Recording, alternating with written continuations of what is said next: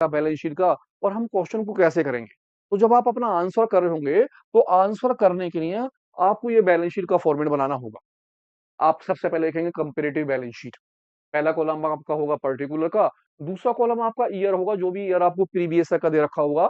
जैसे 2024 मैंने लिखा है, तो जो भी आपका प्रीवियस ईयर का ईयर होगा आप इसे यहाँ लिख लेंगे। जो आपका करंट ईयर का ईयर होगा, जैसे 2025, आप करंट ईयर के ईयर को यहाँ लिख लेंगे। देन इसके बाद आपका अगला कॉलम होगा चेंजेस का, और नेक्स्ट हमारा जो जो कॉलम होगा वो परसेंटेज का होगा। आप ये कह सकते हैं कि आपका पहला वाला कॉलम जो है वो ए है, आपका दूसरा वाला कॉलम जो है वो किस चीज का है, बी का है, और आपका जो तीसरा वाला कॉलम है वो किस चीज का है, सी। सी के अंदर हम बी के कॉलम में से ए के कॉलम को क्या कर देंगे, माइनस। यानी कि करंट ईयर के डाटा में से प्रीवियस ईयर के डाटा को माइनस करा जाएगा और हमारा क्या निकल के आ जाएगा, चेंजेस। और उसके बाद हम जो निकालेंगे वो क्या निकालेंगे, परसेंटेज। परसेंटेज निकालने के लिए जो आपके सी के डाटा आएंगे वो मल्टीप्लाई 100, और आप इसमें डिवाइड कर देंगे ए के डाटा की, जो ए के अंदर आपके डाटा होंगे।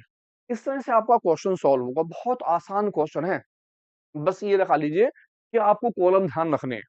तो पहला कॉलम किस चीज का हो गया, पर्टिकुलर का। दूसरा कॉलम किस चीज का हो गया, प्रीवियस ईयर के अमाउंट का, जिसे हम ए कॉलम बोलेंगे। देन सेकंड वाला कॉलम हमारा हो गया करंट ईयर के डाटा का, जिसे हम बी कॉलम बोलेंगे। थर्ड कॉलम हमारा चेंजेस का होगा, जिसे हम सी कॉलम बोलेंगे। और फोर्थ कॉलम जो होगा हमारा डी होगा,